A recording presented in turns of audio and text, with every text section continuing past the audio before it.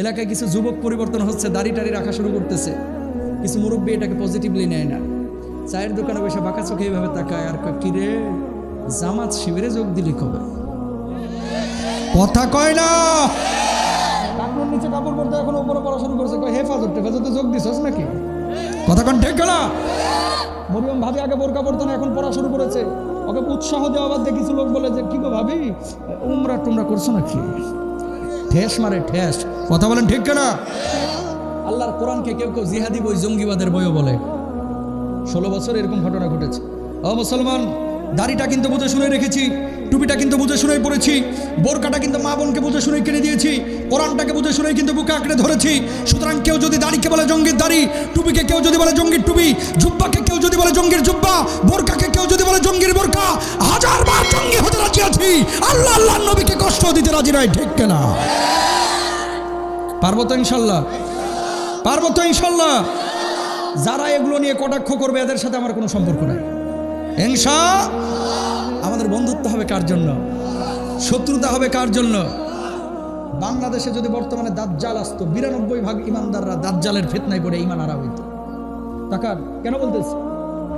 200 টাকা, 2টা সিঙ্গারা আর 1 ঢুক কোকের জন্য জোহর থেকে নিয়ে মাগরিব পর্যন্ত কিছু পোলাপান মিছিল করে দেখবেন আমার নেতার চরিত্র ফুলের মতো পবিত্র। নামাজ পড়ে না, এক ওয়াক্ত দাঁড়ায় দাঁড়ায় মুতে। কথা কন না কেন? বলতেছে আমার নেতার চরিত্র ফুলের মতো, 2টা সিঙ্গারা, 1 ঢোক কোক আর 200 টাকা। তুমি যদি এতটুকু লোভ সামলাইতে না পারো, দাজ্জাল এসে যখন বলবে এই যে আমার জান্নাত ডান হাতে, সেই জান্নাতের লোভ তুমি কেমনে সামলাইবা? ডাইরেক্ট জাহান্নামে যাবা। কথা বলেন ঠিক না? দাজ্জালের যে ডান হাতে জান্নাত আপনি দেখছেন, এটা কি জান্নাত না জাহান্নাম? শুনেন, সারা পৃথিবীর বুকে আজকে মুসলমান মার খাচ্ছে। প্রতি বছর আমি 8 থেকে 10টা দেশ সফর করি, আলহামদুলিল্লাহ।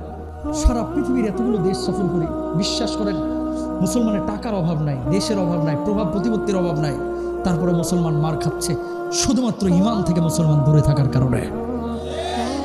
নামে মুসলমান ভাই, বিশ্বাস করেন, আপনাকে বলছি, 10 জন মানুষকে জিজ্ঞেস করেন না যে নিট অ্যান্ড ক্লিন, যে ভাই সারাদিনে হালাল কাজ করছেন কয়টা আর হারাম কাজ করছেন কয়টা? অধিকাংশ মানুষ দেখবেন যে বুঝে হোক না বুঝে হোক, হালালের সংখ্যা যদি পান 5%, হারামের সংখ্যা পাবেন 95%। ঠিক কিনা? নামাজ পড়ে সুদ খায়, নামাজ পড়ে জিনা করে, নামাজ পড়ে প্রেম করে, নামাজ পড়ে আরেকজন হক মারে, নামাজ পড়ে হজ করে এসে আপন বোনের সম্পদ এখনো বুঝাই দিল না। বুঝেন নাই কথা? বাপের ভিটায় যে বোনদের সম্পত্তি ছিল, এই সম্পদ এখনো বুঝাই দেয়নি। খালি গুতাগুতি, মারামারি। ওই টুপি পরে কেন, এই পাঞ্জাবি পরে কেন? মুসলমানদের মধ্যে কে আহলে হাদিস, হানাফি, সুন্নি, এগুলো নিয়ে মারামারি না। আমাদের কোরআন এক, আমাদের আল্লাহ এক, আমাদের নবী এক। আমার বড় পরিচয়, আমি মুসলিম। ঠিক কিনা? যে মুসলমান সেই আমার পরিচয়। ঠিক কিনা?